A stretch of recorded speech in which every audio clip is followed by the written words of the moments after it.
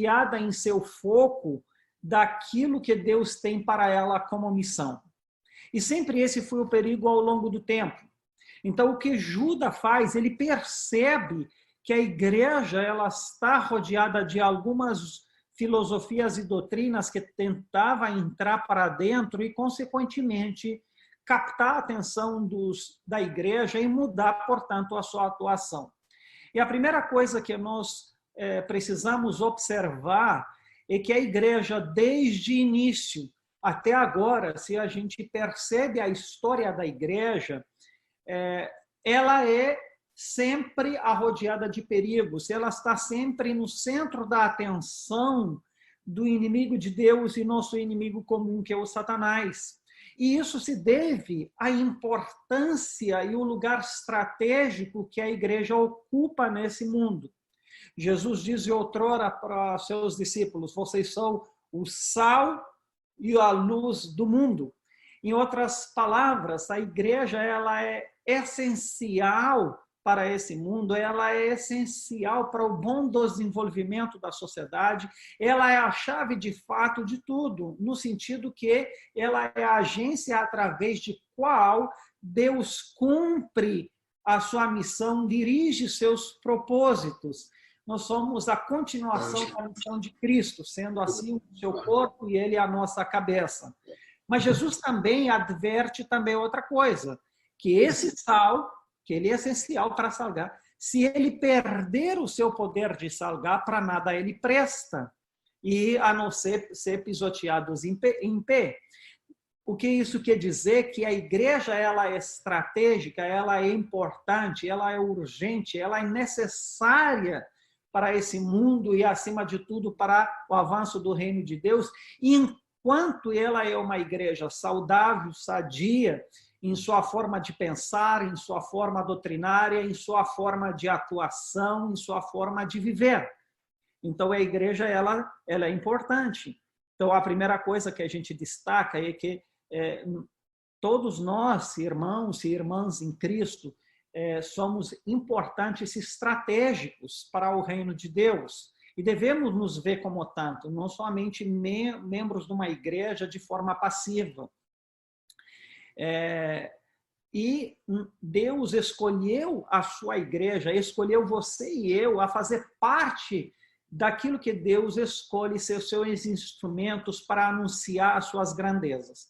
E Pedro fala um pouco sobre isso. Pedro diz que vocês são um povo eleito, uma nação santa, que Deus escolheu para anunciar-lhes as grandezas de Deus. Então, meu irmão e minha irmã, fui você e eu que fomos escolhidos para essa grande tarefa, que deve constituir a nossa prioridade de vida. E, de fato, esse é o convite de Jesus, quando ele diz: procurar em primeiro lugar o reino de Deus e todas as outras coisas serão acrescentadas. E a primeira pergunta que se faz nessa manhã é: será que nós entendemos o nosso lugar estratégico e importância e que o reino de Deus é prioridade da nossa vida e não deixamos ser desviados em nossa vida desse foco? E os momentos que nós nos encontramos de pandemia, de insegurança devido ao vírus, em certa medida tem o papel de desviar nossa atenção, de ficar com medo daquilo que vai acontecer ou possivelmente pode acontecer e tentar se proteger em nós mesmos, tentar se focar mais em nossa própria vida e esquecer do sacrifício que Deus nos chama a fazer em prol do reino de Deus. Então, é muito fácil ser desviado daquilo que Deus nos chamou a ter como prioridade. Mas isso não é só agora. Desde sempre a igreja foi atacada e, de uma maneira ou de outra, desde os seus primórdios, desde o início, Satanás tentou, de alguma forma, deixar a igreja de forma latente, de forma inativa, passiva, e tentou, por perseguições, o sofrimento, às vezes, afasta as pessoas, coloca medo nas pessoas, mas é isso que não deu certo. Quando a igreja, no seu início, começou a ser perseguida. Nos diz os Atos dos Apóstolos que os cristãos foram dispersos por todos os lugares e aonde chegaram, pregaram a Cristo. E houve grandes avivamentos, como em Samaria, onde Filipe chegou, e toda Samaria voltou-se para Cristo. Então, eis que o sofrimento ele não teve sucesso em, vamos dizer, parar essa atividade missionária. Mas Judas percebeu outro tipo de perigo, e não somente ele, Paulo também e outros, que é o perigo doutrinário, filosófico, onde certas doutrinas e filosofia tentaram atacar a fé singela dos santos, que lhe foi dada uma vez por todas, e assim desviá-los do correto entendimento da graça de Deus. Se nós lemos o versículo 4 de Judas, você vai perceber que teve a ver com doutrinas distorcidas da graça que incentivava a libertinagem.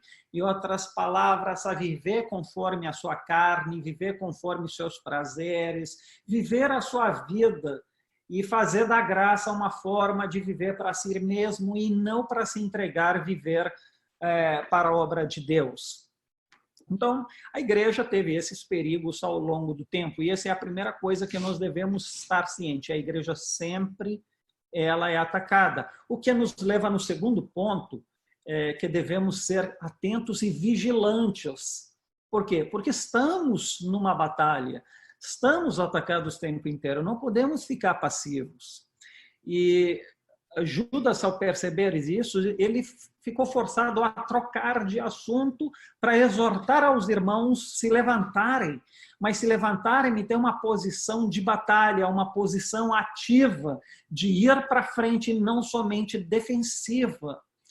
E o que eu quero dizer, meus amados, é que nós estamos numa batalha, de qualquer forma. Efésios também diz que nossa luta não é contra carne e sangue, mas contra os principados celestiais e tudo mais. É uma luta espiritual. Então, estamos nessa batalha. E apesar de a pandemia trazer certas limitações, é como uma prisão onde não temos certas liberdades, né, de locomoção e outras a mais, no entanto, devemos perceber que Deus sensibilizou o mundo inteiro quanto à sua existência e à dependência do ser humano de Deus. Então, é como Deus preparou o terreno para que o evangelho seja pregado para todos. A gente pode perceber que pessoas cantam, pregam nos hospitais, em outros lugares, que outrora não era tão comum. Então, Deus trouxe uma certa sensibilidade na nossa humanidade, onde as pessoas percebem, de fato, a falha dos sistemas, a falha dos governos, por melhores que sejam no mundo afora, em proteger a sua própria população. E a gente vê como, de fato, a gente precisa da graça de Deus, dependemos de Deus. E por esse fundo, meus amados, é uma maneira que nós devemos perceber que podemos pregar o Evangelho. Eu diria que a pregação do Evangelho e as missões é uma prioridade, é uma emergência agora. E agora, mais do que nunca, devemos investir em ir para a batalha, ir atacar e pregar o Evangelho para as pessoas.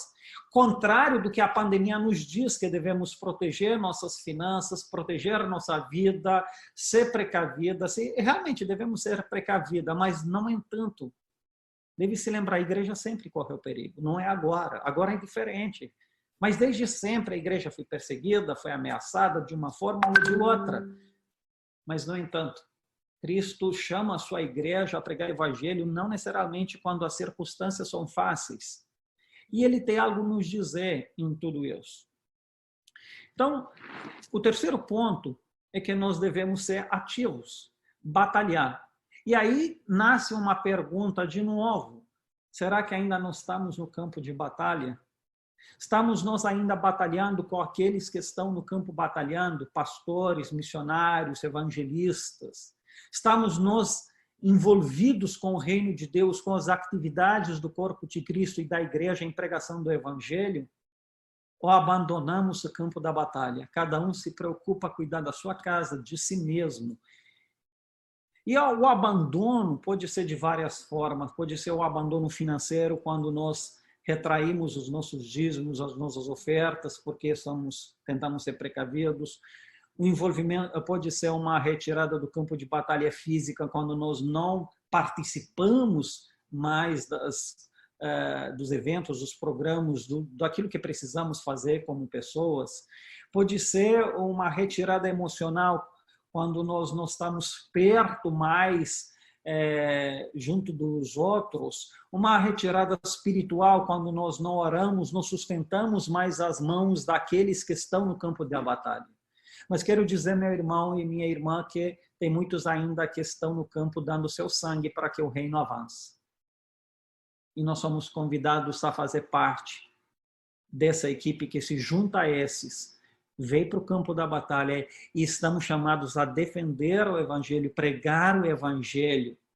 E a fé de qual se fala que foi dada não se refere apenas à fé relacionada à salvação, mas se trata da fé em Cristo, em sua palavra, na sua missão que nos chama ida e portanto.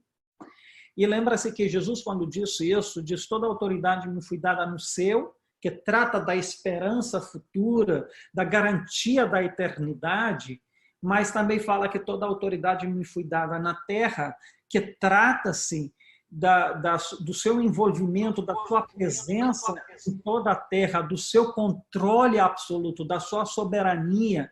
E Deus nos manda pregar evangelho num mundo que está sob a autoridade direta de Cristo, sob o seu controle, sob o seu envolvimento. E é nesse mundo que nós estamos. Em outras palavras, é o próprio Cristo que, com sua autoridade sobre a terra, dirige todos os eventos da história e, portanto, essa pandemia também. E aí nos cabe a palavra que o apóstolo Paulo recebe do Senhor Jesus Cristo em Atos, quando ele estava preso devido ao evangelho em Jerusalém. Ele foi preso, depois ele passou a ir para Cesareia em seu caminho para Roma. Ele testemunhou em Jerusalém, testemunhou diante do Sinédrio, e após disso o Senhor apareceu para ele numa visão, estando ao lado dele, e disse para ele: Paulo, coragem, porque de modo que testemunhaste sobre mim em Jerusalém, importa que testemunhasses também em Roma. Paulo estava preso, mas Jesus aparece para ele e diz: coragem, eu estou com você. Na verdade, você não está preso por estar preso, é uma circunstância infeliz da vida. Mas eu, na verdade, tenho um propósito com isso. Eu orquestrei tudo isso porque eu queria que você testemunhasse sobre mim em Roma, queria que testemunhasse sobre mim em certos lugares, que se não fosse preso não iria ser possível. Será que Deus não poderia tirar o apóstolo Paulo da prisão? É claro que sim, já o tirou outras vezes, mas em questão não estava a prisão era um instrumento. E de fato, meus irmãos, uma das maiores partes do ministério do apóstolo Paulo foi preso.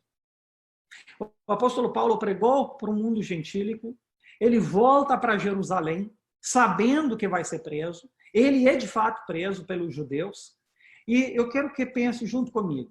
O apóstolo Paulo prega para toda a multidão em Jerusalém após sair do templo, porque eles queriam matá-lo, a guarnição romana veio e deu a chance de ele falar.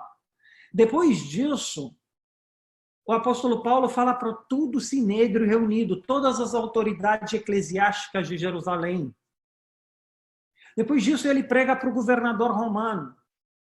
Agora, a pergunta é, quando Paulo poderia pregar para todos os judeus reunidos em Jerusalém? Você acha que isso era possível naquele tempo? Não, não era. Mas por conta dessa perseguição, acabou que eles precisou ouvi-lo. Quando Paulo, você acha que ele poderia juntar todos os sacerdotes para ele falar para eles? Não iria possível. Mas devido à prisão, eles teve que dar a chance de ele falar para eles.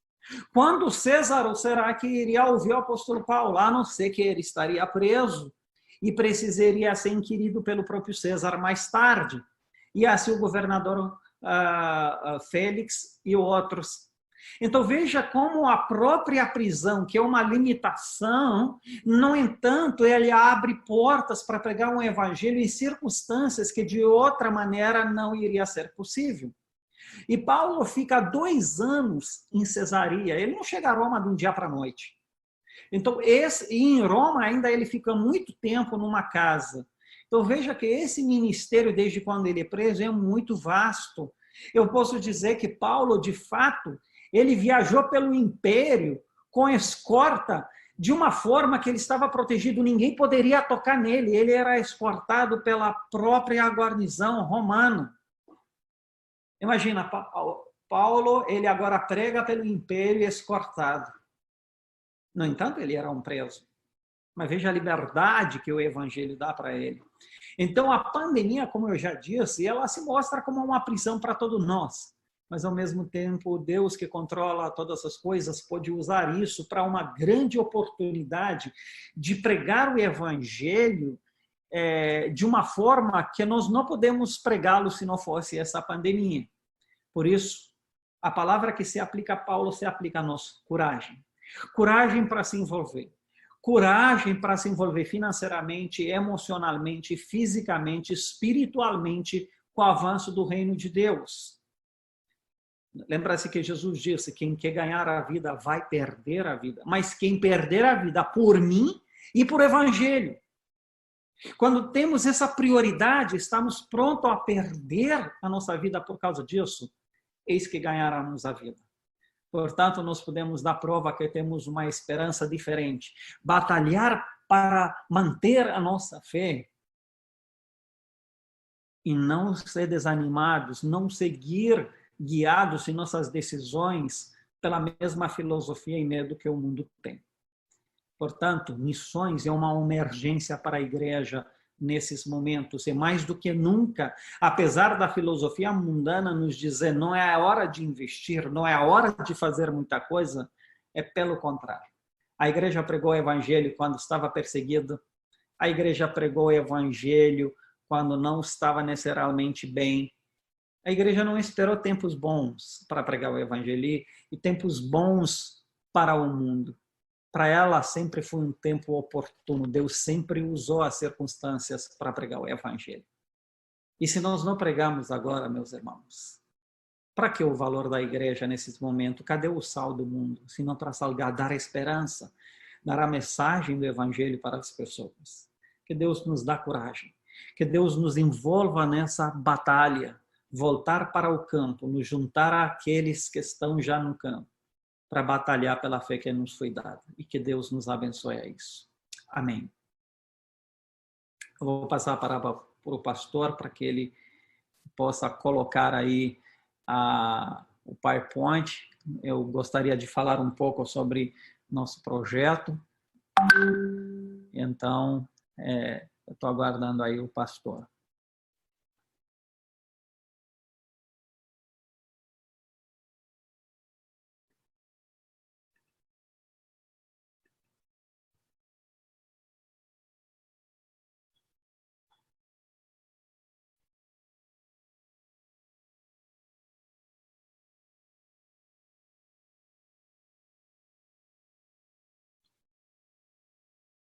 Eu acho que o pastor está colocando o projeto, né? Creio eu. Isso aí. Bom, meus amados, o nosso projeto chama-se O Retorno. Minha esposa, no início, achou que é muito brega, né, esse nome, mas ele tem, no entanto, um sentido. Como os irmãos talvez devem saber, eu sou romeno de nacionalidade e eu vim no Brasil em 2003.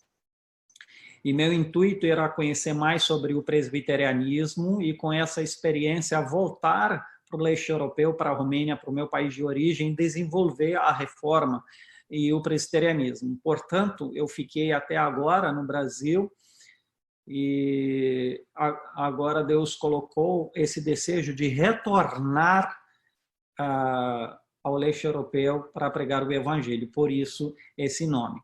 Vamos passar na frente. Aqui está a nossa família, um pouco sobre nós. a minha esposa Carolina e nossos filhos Levi, Clara, Daniel e Tomás. Eu nasci em 15 de janeiro, em 78, e conheci o Cristo, na verdade, na Romênia. Eu só vou pedir um irmão, pastor, esse é o projeto. Tem uma apresentação que eu mandei depois no Zap. O irmão está apresentando o projeto, não é o PowerPoint. Desculpe, irmãos. Você encontrou, pastor? Está no seu Zap. E é uma apresentação. Que é então, Fernando, eu não consigo abri-la. Eu não consigo abri-la. Eu tentei aqui, mas não consigo. Tudo bem. Só deixar na foto com a família, aí eu vou só falar, então. Fica mais fácil. Então, meus irmãos, nós temos 4 filhos. O Levi, ele tem 10 anos e ele é apaixonado por leitura. Ele lê livros o tempo todo. Aliás, eu nunca vi um leitor como ele. Ele lê quase um livro por dia, lê muito. E outra paixão dele é o tênis. Ele gosta de jogar tênis. A Clara, ela tem 8 anos, ela gosta de balé e de artes. O Daniel, ele tem 6 anos, ele é o sapeca da casa, ele gosta de insetos, de mato. E o Tomás, ele tem 2 anos e meio, e ele, até pouco tempo, gostava de mamar. Mas ele parou agora, então nós estamos redescobrindo a sua paixão. Eu e minha esposa nos encontramos no campo missionários, portanto, você pode perceber que somos apaixonados por missões. A minha esposa Idola também trabalha com mulheres gestantes que desejam um parto natural e fotógrafa. E gosta muito de bebê. Como pode ver, nós temos 4 e também ela faz fotografia para o parto e trabalha com mulheres de parto, então gosta de bebês. Muito bem, nós trabalhamos por mais de 15 anos no Nordeste brasileiro, na Paraíba, na plantação de igreja. Igreja essa que foi plantada e completa 3 anos de plantação, de organização. Também eu trabalhei com ensino teológico pelo MINTS, sou professor de seminário, e, ao mesmo tempo, trabalho com a Organização Mundial de Discipulado, que damos treinamentos e cursos sobre discipulados no Brasil e em outros países.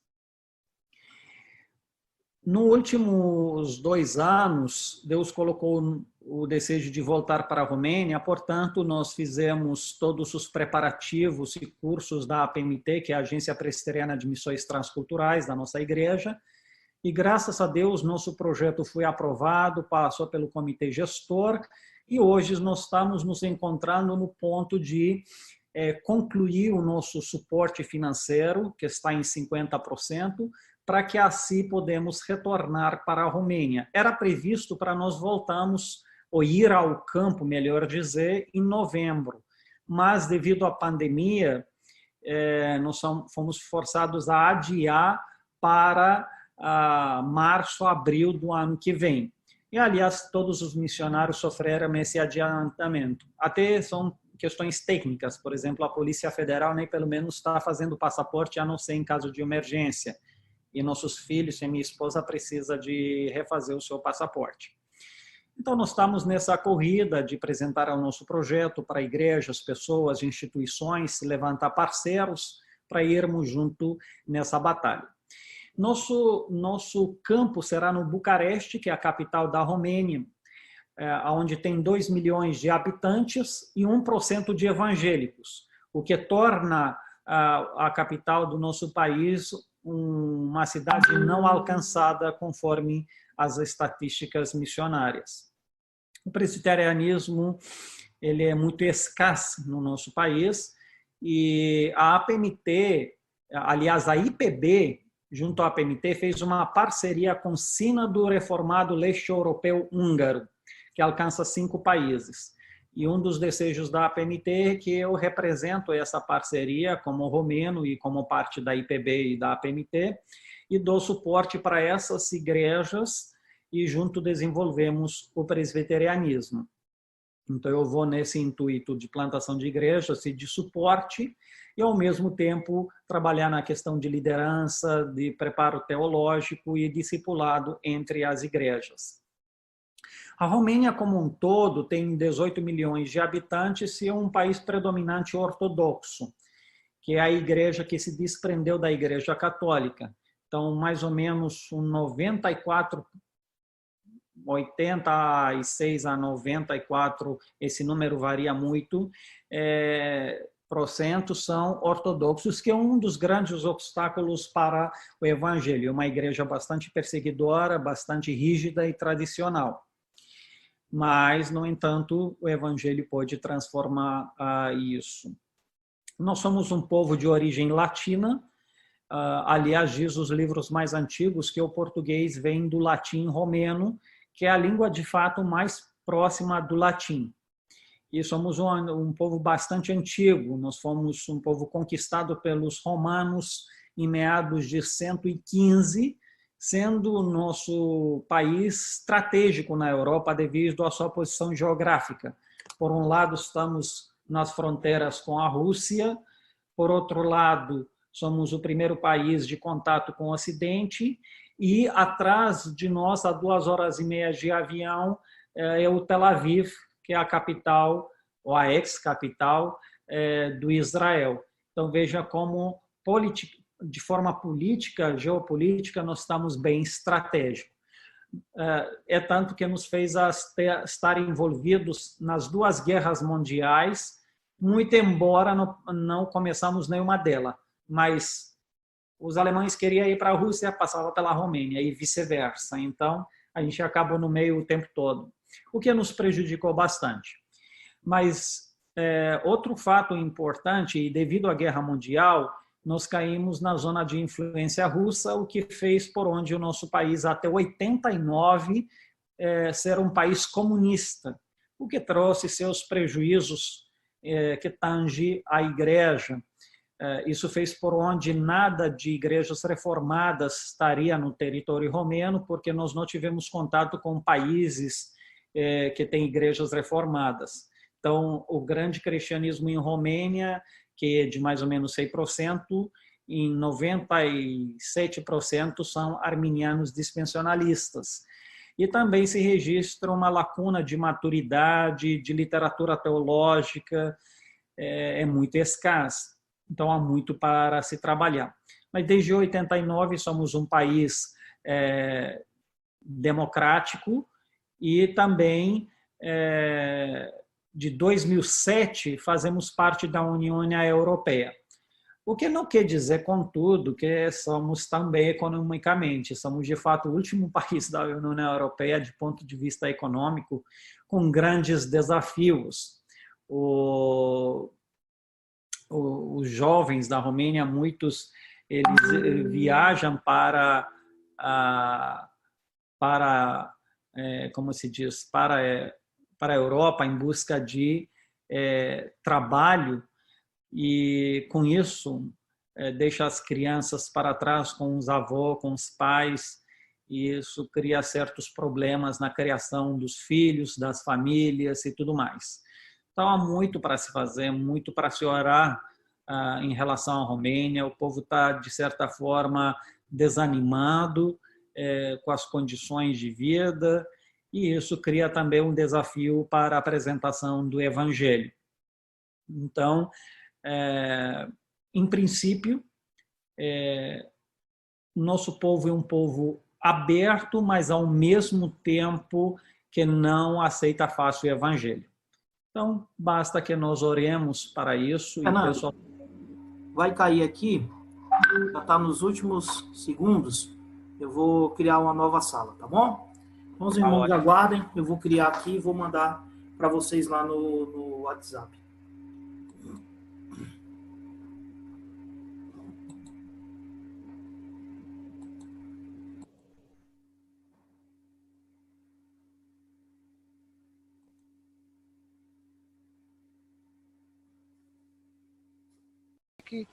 Com talvez alguma possibilidade de sucesso na pregação da palavra, nesse sentido, porque a gente sabe que nem todos os projetos têm sucesso, né?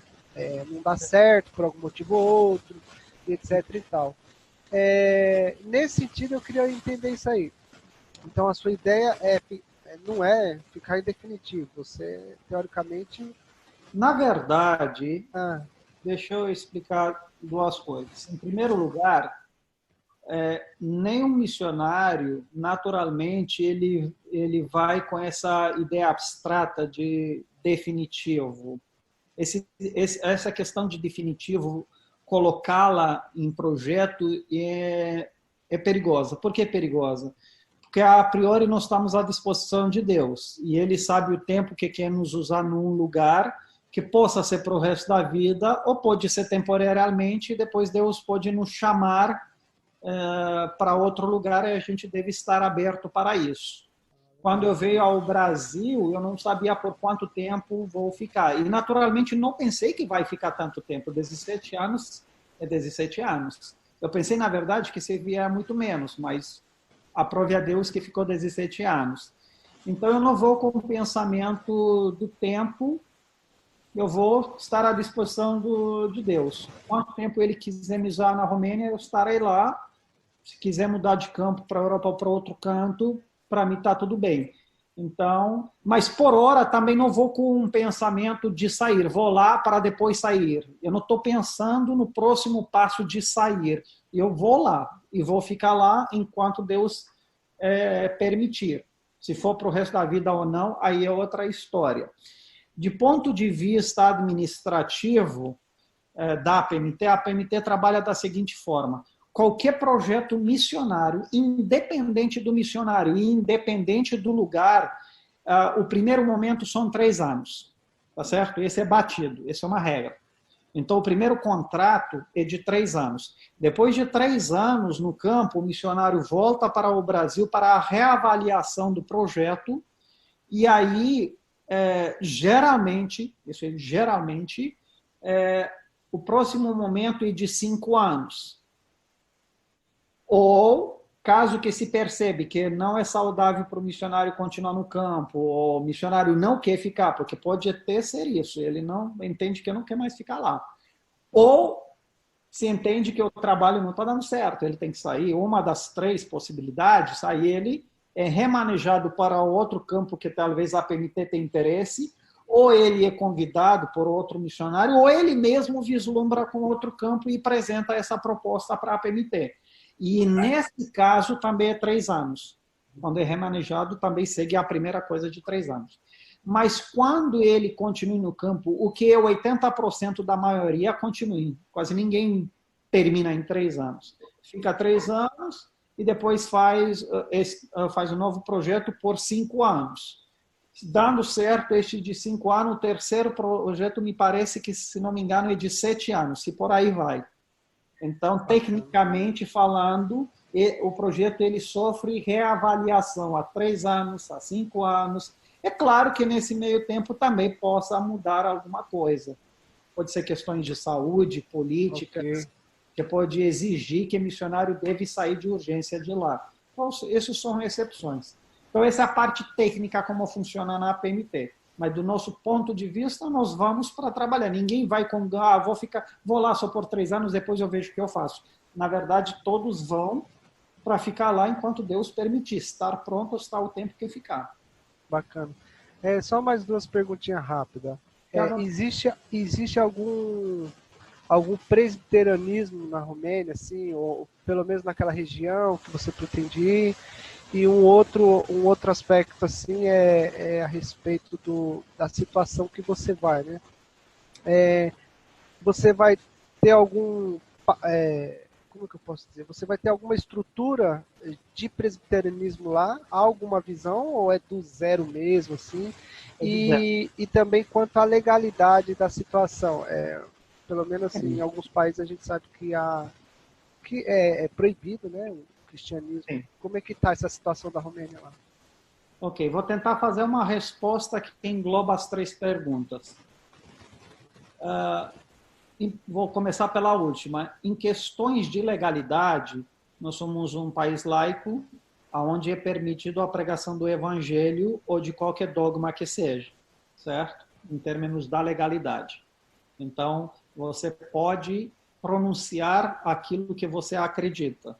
Portanto, nós também, como missionários, temos, claro, dentro dos parâmetros estabelecidos, possibilidade de pregar o evangelho, seja na rua, seja de casa em casa, seja online, enfim. Então, existe essa liberdade.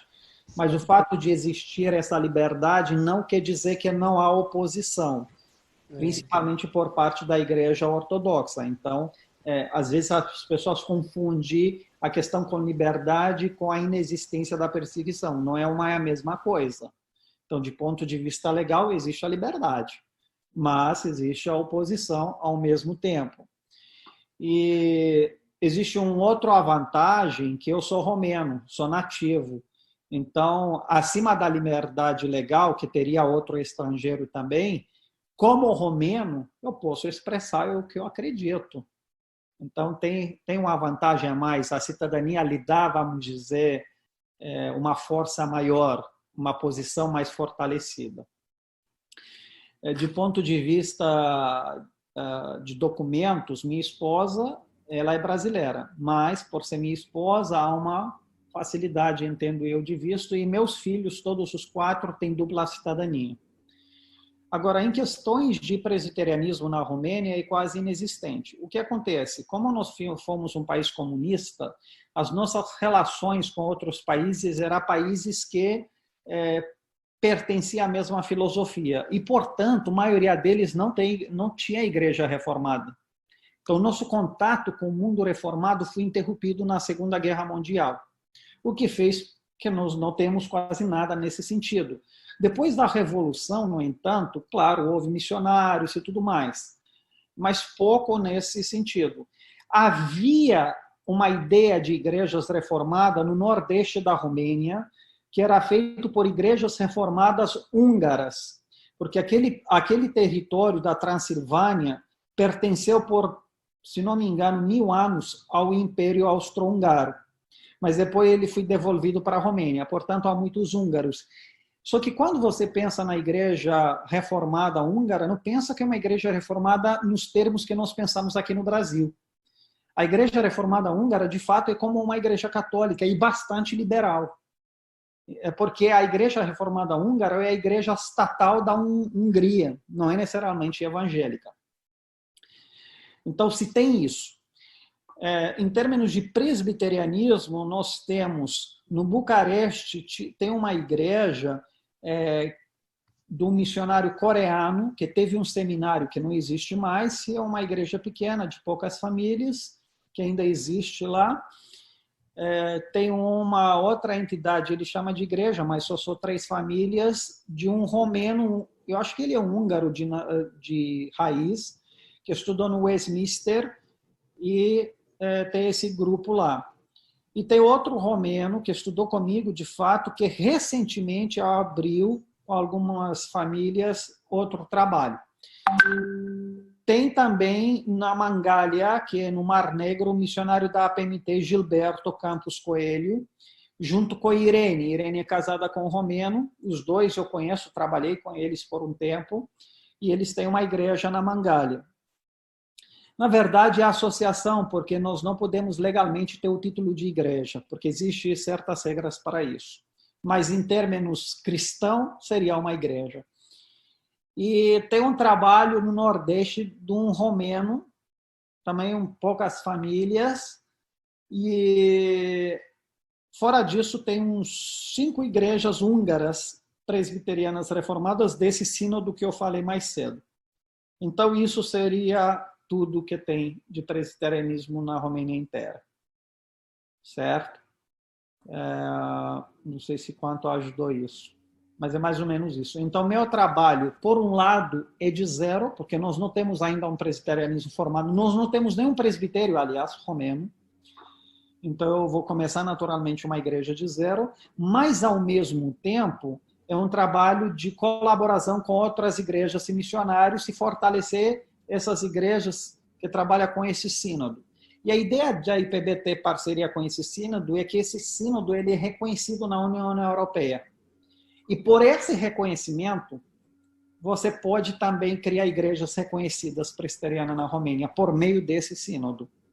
Então, esse será o nosso trabalho. Eu não sei se respondi direito às 3 perguntas, mas se não, você pode me perguntar de novo. Era isso mesmo. É mais para ter uma noção da estrutura que você vai enfrentar e saber, né? A questão da IPB mesmo, nesse sentido também. Como família, nós vamos pegar de zero, porque praticamente eu não tenho mais nada na Romênia. Eu tenho meu pai e meu irmão, mas que mora no outro lugar de onde a gente vai trabalhar. Então, eu vou pegar tudo de zero. Eu vou pegar aluguel, vou começar a vida de zero. Bacana. Legal, obrigado. Ô, Fernando, deixa eu fazer uma pergunta aí.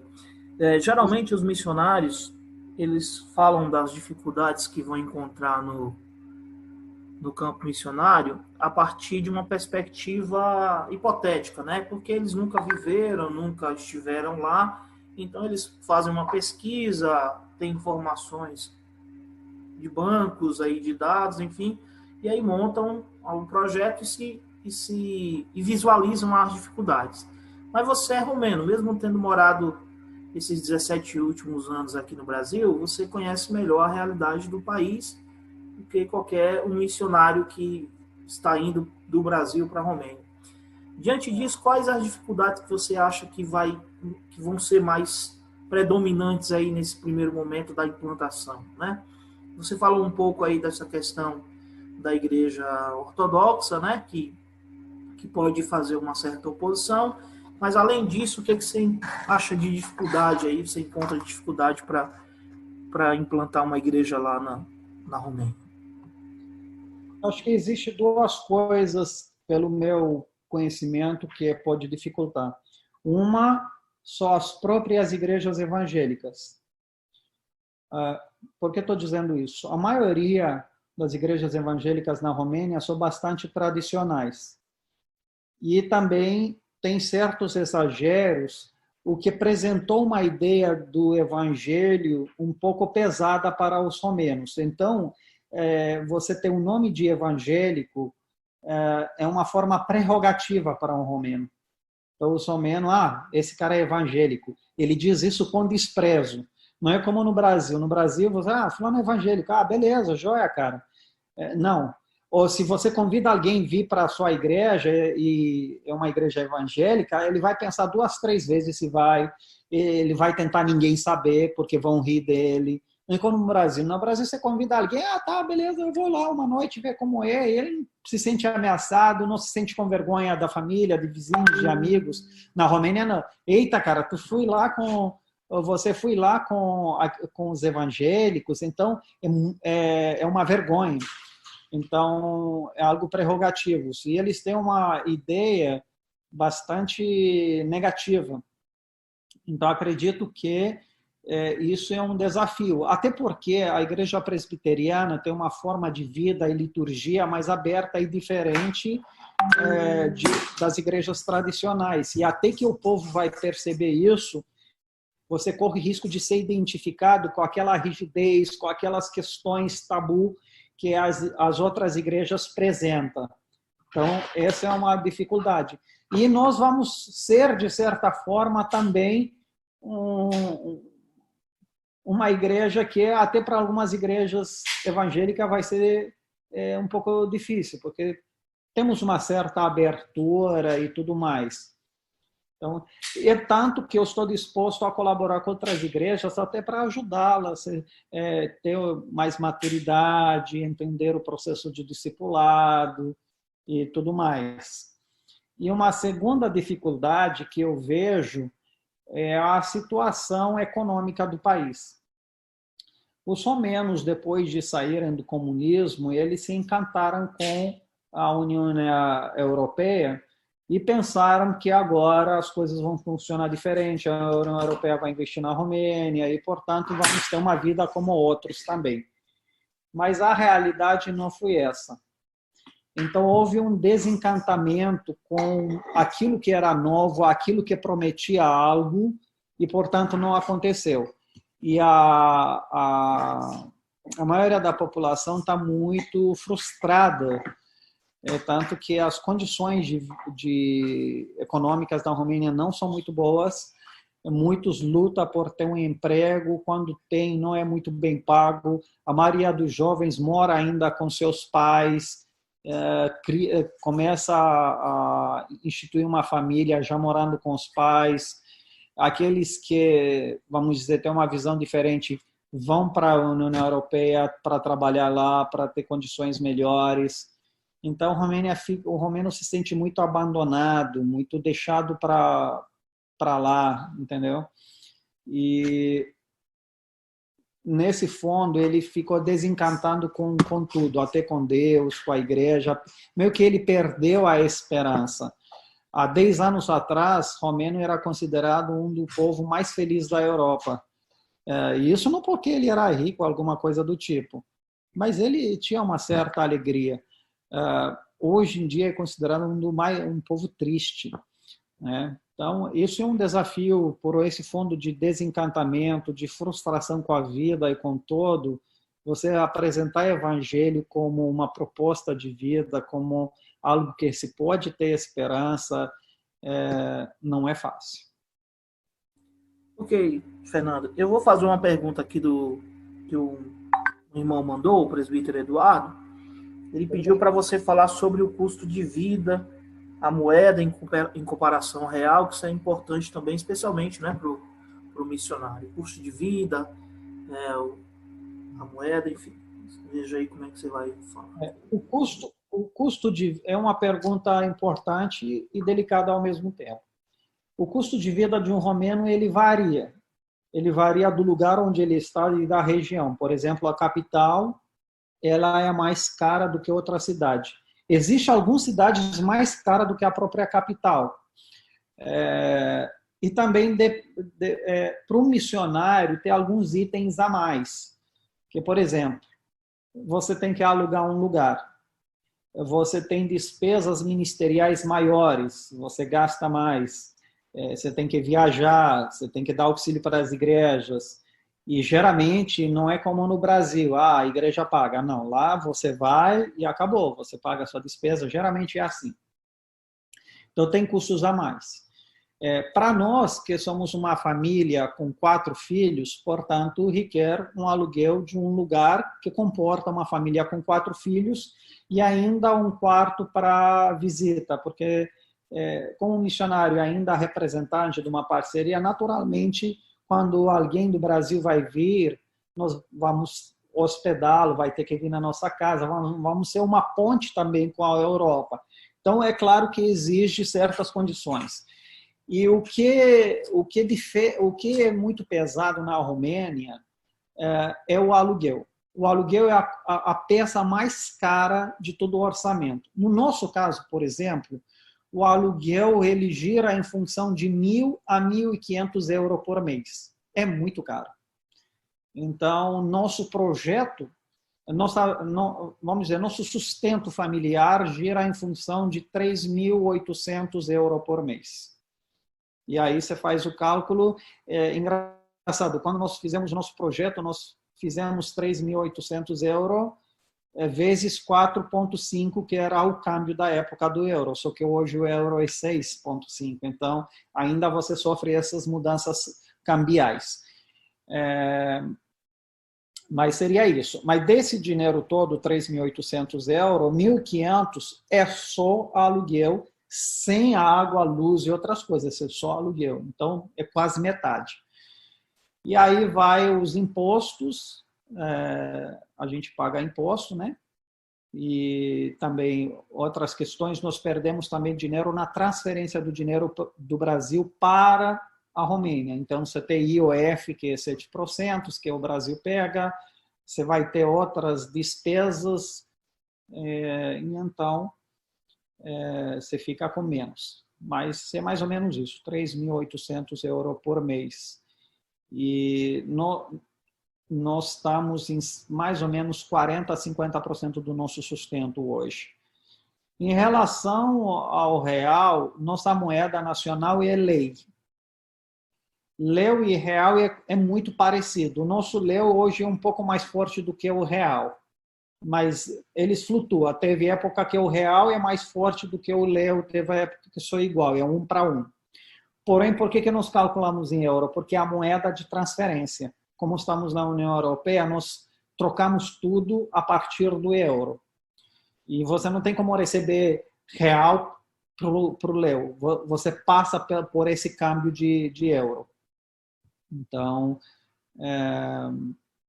certas coisas são calculadas em euro, aliás. Por exemplo, o aluguel, quase ninguém calcula em lei na Romênia, principalmente na capital. Todos vão te dar o preço já em euro e você paga em euro. Então, esse já é um detalhe.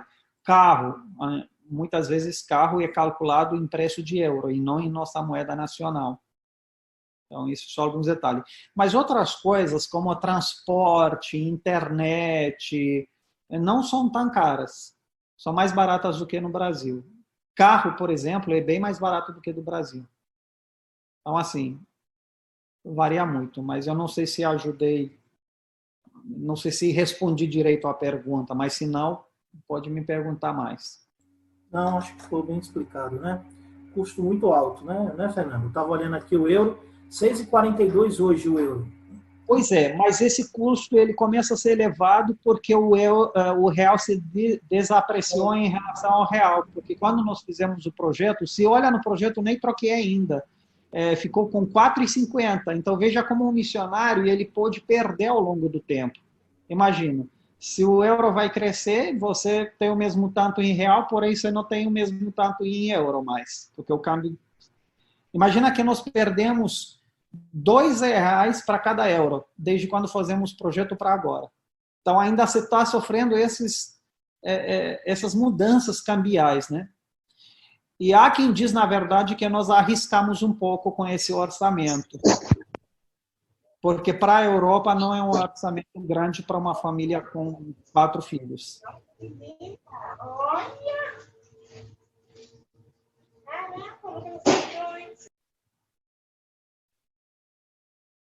Pode ficar à vontade, se tem alguma outra pergunta. Quem gostaria de perguntar mais alguma coisa?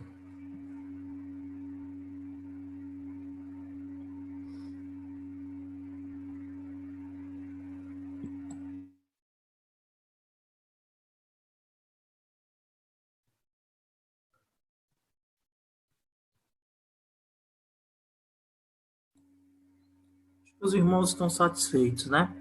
Ô, Fernando, eu vou fazer só uma última pergunta, tá? Só uma última pergunta para você. Se alguém quiser perguntar mais alguma coisa, tudo bem. Mas eu mesmo quero fazer uma pergunta para você. Você falou aí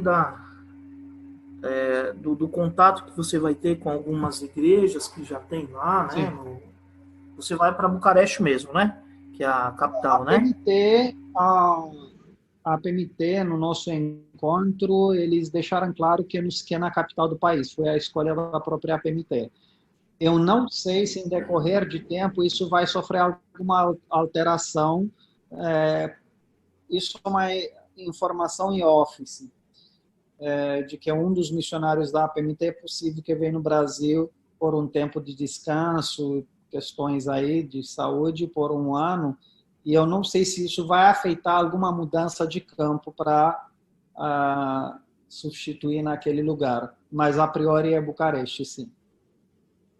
Certo.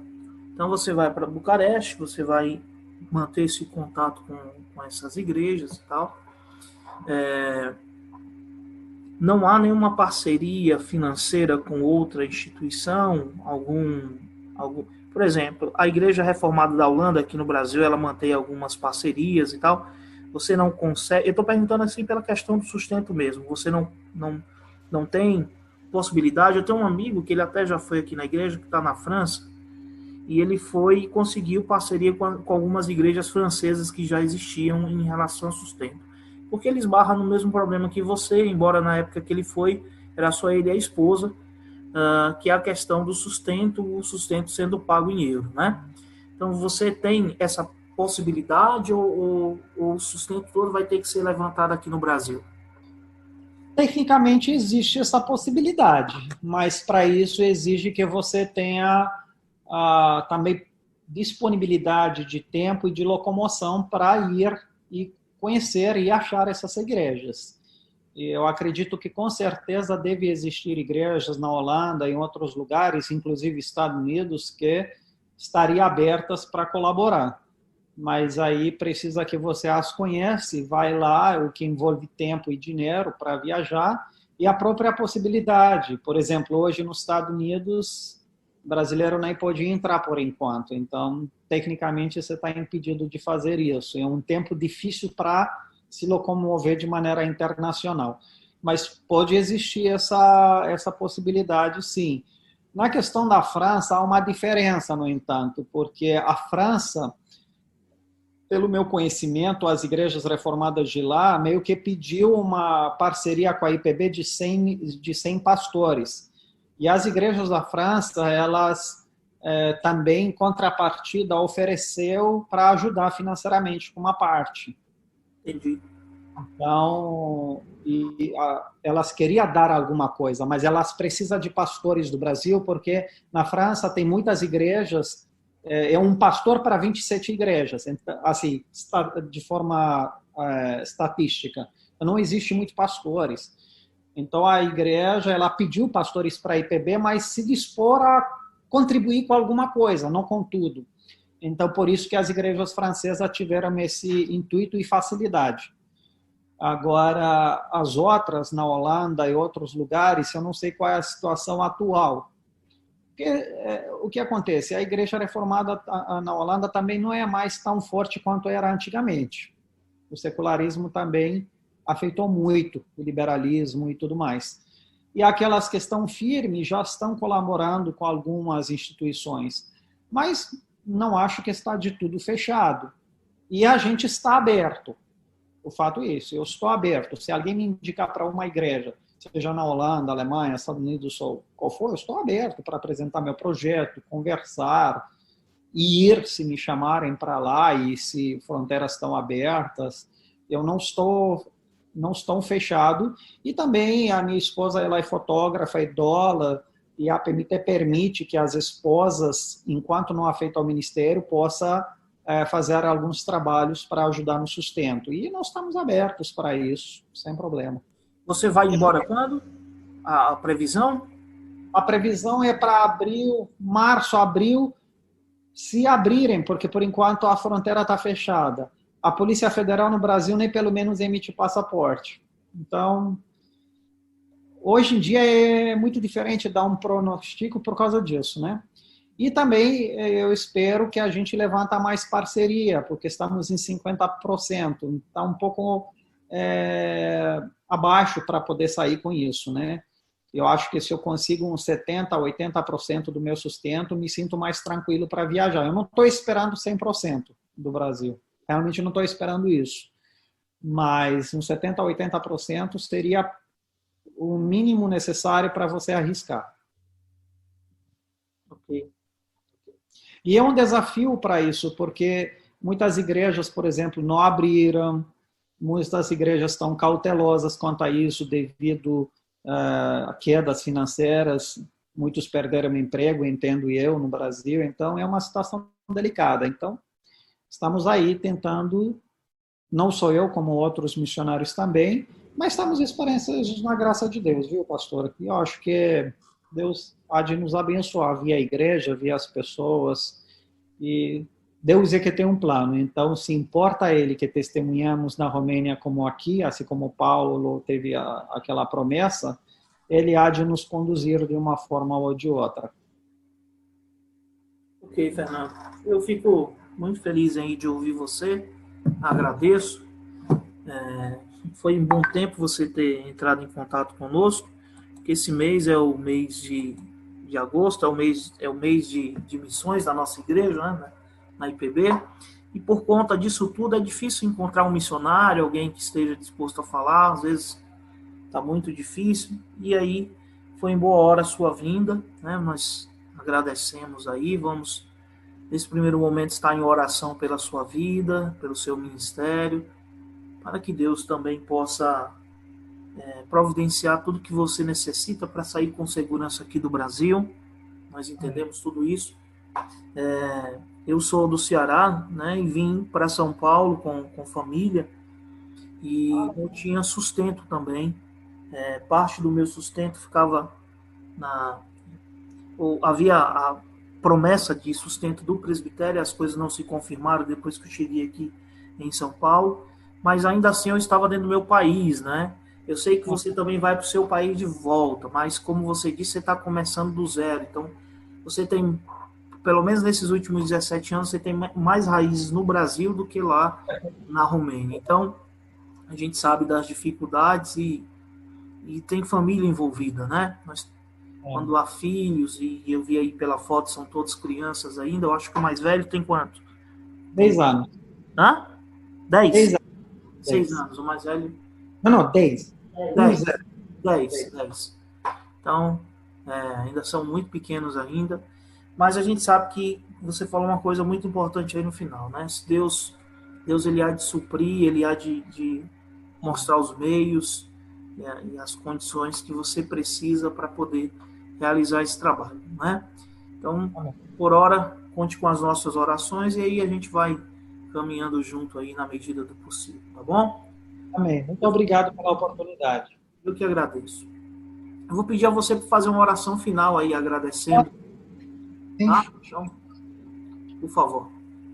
Oremos. Nosso Pai, nosso Deus, somos gratos ao Senhor pelo teu cuidado e pelo tempo que aprove ao Senhor nos dá para gastá-lo junto na sua presença. Agradeço pela igreja da Itapecerica da Serra e peço que o Senhor a abençoe no seu crescimento, no seu desenvolvimento, no cumprimento da sua missão, que o Senhor esteja com os irmãos em todos os seus desafios. Nos abençoe, cumpre em nós a palavra que foi pregada e seja conosco no caminho que o Senhor traçou para cada um. E que a graça do nosso Senhor Jesus Cristo, o amor de Deus Pai e a consolação de Espírito Santo esteja com todos nós, agora e para sempre. Amém. Amém. Então, Fernando, um grande abraço, viu? Deus abençoe. Muito obrigado. Foi um prazer. Abraço. Um abração para você, os irmãos.